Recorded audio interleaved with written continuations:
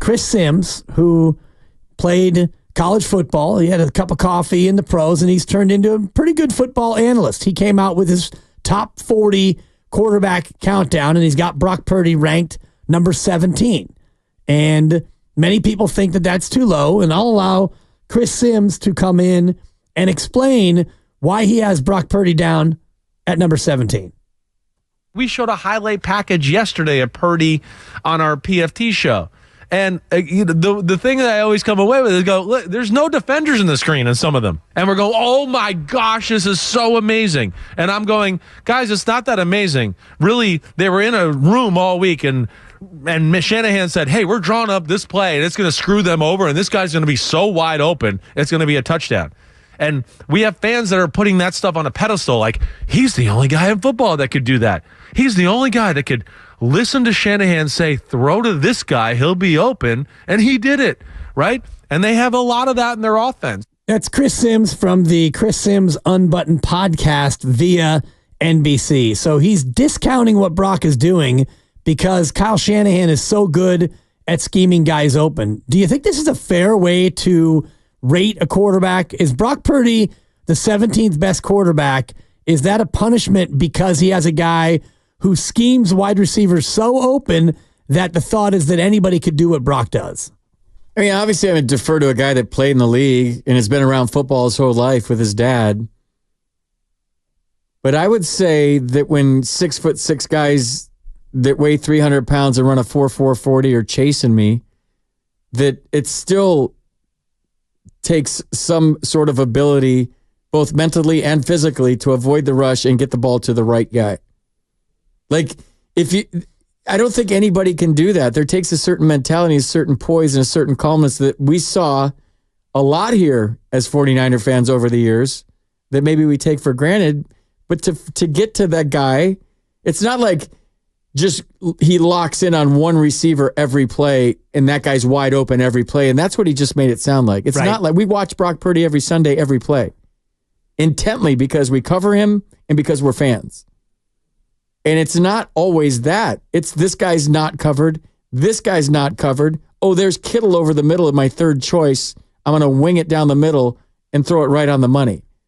He made it sound like every single play that Brock Purdy runs, Kyle Shanahan has schemed it so it's a wide open guy in the end zone and there's nobody within 20 feet.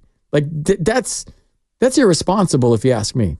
Yeah, agreed. And I think that many people use that as a way to punish Brock Purdy for having such a good quarterback and such a good scheme and so much talent around him. FP's in for Mark Willard today, and one reason why we're talking about Brock Purdy is because Trevor Lawrence, he got paid.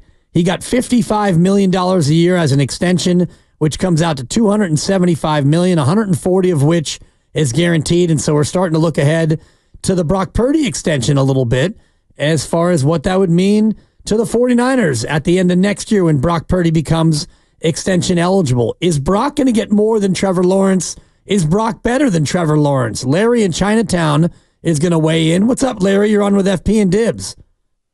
Hey, thanks for the Chinatown part.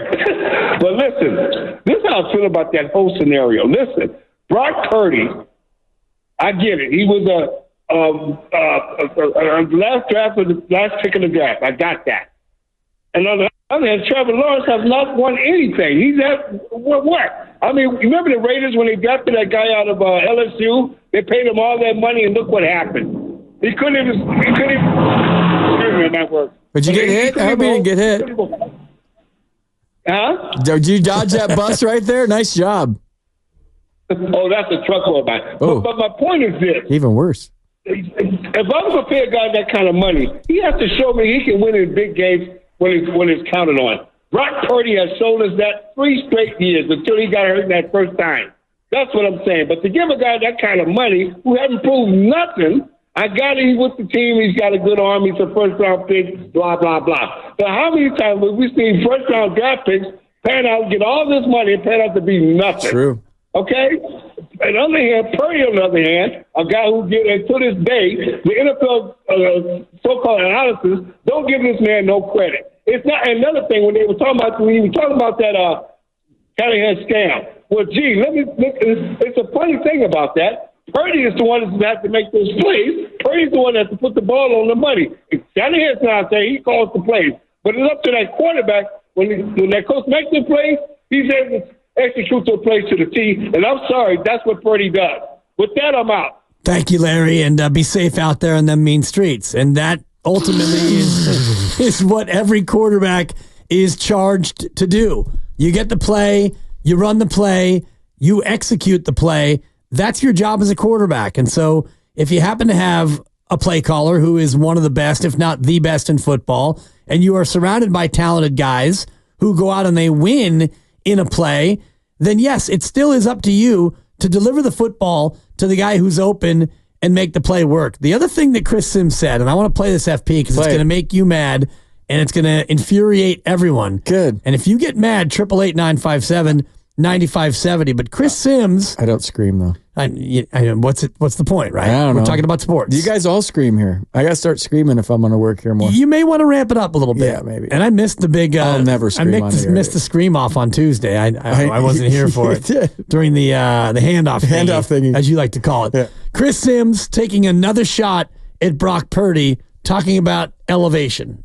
What bothered me about it more than anything is when the Shanahan specials, and you know how I like to talk like that, when they aren't working on all cylinders, there's not a lot that Purdy does to bring the offense back up. Now, he does more than Jimmy Garoppolo used to do, and it's definitely an improvement in that in all areas, but it's still, I'd like to see some more. And like I told you, too, there's more missed throws than people realize. If we went back and watched games and stuff, I'd go, yeah, I mean, this is a missed throw. But nobody cares because Shanahan dialed up a play, and they're so good. Somebody's wide open the next play for a 40-yard gain. And I'm just going to go, a lot of teams in football, quarterbacks don't have that luxury of going, damn, I missed a wide open 30-yard throw. No big deal. Guy will be open the next drive. I mean, a lot of quarterbacks go, that might have been my only time all game to have anybody open downfield. Oh, I missed it, right? So those are things you got to take into account, and those are the things that jump out to me when I watch 180 throws, 210 throws in a row. You start to see that stuff. Chris Sims from the Unbuttoned podcast via NBC saying that Brock Purdy doesn't elevate the players around him. What do you think? I think that that's nonsense. I think that it's hogwash.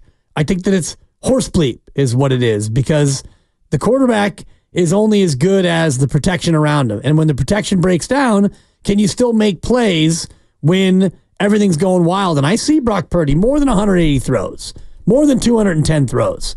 I see every throw. I'm like you, FP. I watch the game. I watch every game. And I'm like Guru. I watch every game 2 or 3 times. You watch it once, you record it, you go back and you watch it again, and you try to pick up on things that you didn't see the first time through. And I see a guy who has poise. He's got moxie. He makes plays when things around him fall apart. And so I do see a guy who elevates those around him. I watched once at the bus stop. Okay. And is that your go-to? Yeah. It's where I watch the Niners. And then I have to come home and watch it again because you're talking to people, you're having a few cocktails, you're not really locked in. You see the big plays and you high five. You get the atmosphere. Yeah. It's my favorite place. Go there, by the way, sometime. I haven't been there in decades. Yes. Well, we'll go this year and watch a Niners game. It's fun. Nice.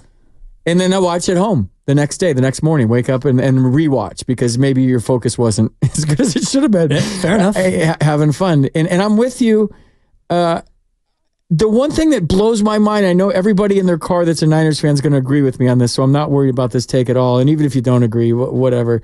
I just don't, it's such a good story that I don't know where the hatred, and maybe that's too strong of a word, but it's sports hatred. Sports hatred for Brock comes in. I don't understand this backlash.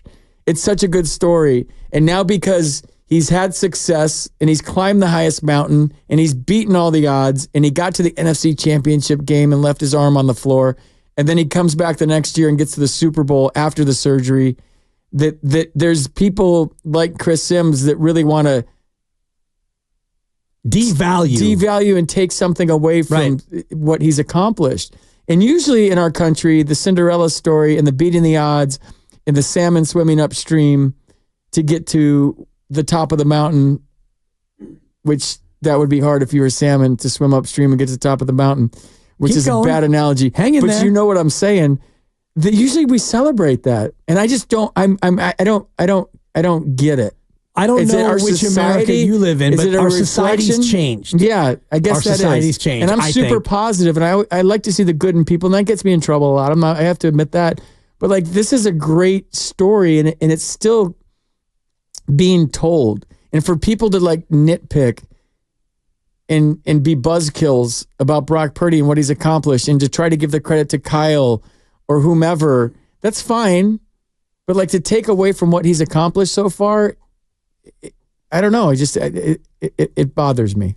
Yeah, and I do think that it is the nature of what we have become as a society. And I can look at any example. The most recent one is Caitlin Clark in the WNBA. Yeah. And her meteoric rise to near greatness. They didn't win the national championship, but she elevated women's college basketball 2 years in a row. She made the WNBA draft must-watch television. And it's not just because of Caitlin that attendance has exploded. Merchandise sales are through the roof. The league has never been hotter, yet all you see from some of her competitors and many people around the country is they're trying to tear her down. And it's sad. And she's not the lone reason why the WNBA is hotter than it's ever been. And I don't want to make this a topic or a TED Talk about the WNBA, but I think that's another example of the nature of our society. Something good happens to somebody and they start to go on a certain roll, and then we want to tear them down. Maybe it's envy. Maybe it's just the hatred nature of social media, but that's kind of what I see with Brock Purdy, because the story is unbelievable. No Mr. Irrelevant, last player picked in the draft, no player in that spot had ever thrown a pass in the NFL, let alone completed a pass, let alone scored a touchdown, threw a touchdown, won a playoff game, and all the rest of it. So the story is beyond remarkable. It's one of the most unique things we've ever seen. And let me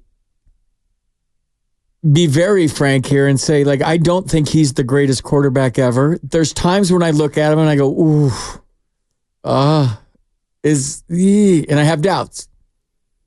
But to just totally belittle everything he's accomplished and to dissect every single pass he's ever thrown and to take things away that he's accomplished, that part gets me. That part gets me. Like, dude, I think most Niner fans, if we're being objective, we see certain moments of games where we're like, oof. Well, that's any quarterback. For the most part, I would say. I've had my doubts. Let's say that. I've had my doubts. You know who else? But I'm still the president of the fan club. Right. I'm still rooting for this kid to be amazing, and I want him to get us a Super Bowl. And if it was Trey Lance, I'd feel the same way, because it was ever the quarterback of my 49ers, because I've been a 49ers fan my whole life. I wouldn't root against ever. But like this national thing where people are just, it bothers me, man. Like, let the kid play. Let him succeed or fail. But to sit there and try to sound smarter than everybody and break him down, and I watched 210 throws, and he's this and he's that. I've talked to a lot of football people that have their doubts too. Like people like Chris Sims, people that have coached at the highest level. They're like, well, he maybe takes too many chances for his ability, and he should stay more within the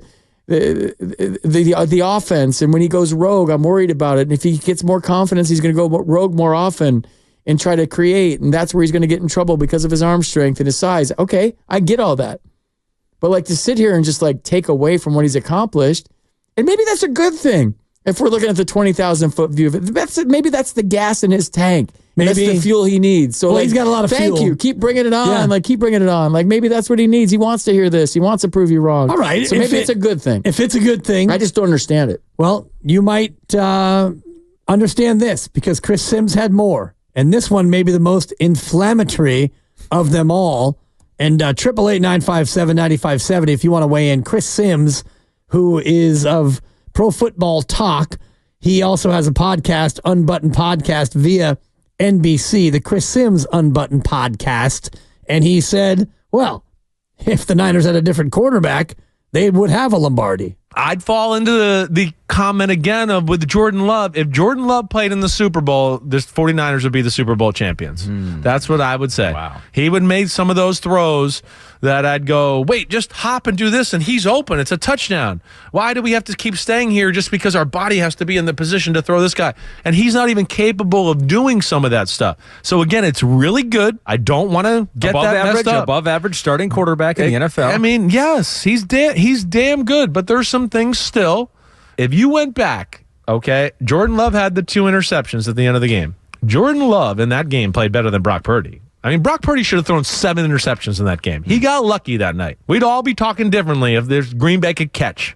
Chris Sims Unbuttoned podcast via NBC. Also, Ahmed Fareed, friend of the program. You know Ahmed from your days and his days down the street there at the formerly known as Comcast Sportsnet Bay Area. Yeah. Now the NBC Sports Bay Area. Jordan Love, FP. If we only had Jordan Love, we'd have a 6th Lombardi. Your thoughts? If we had Patrick Mahomes, we'd have 7.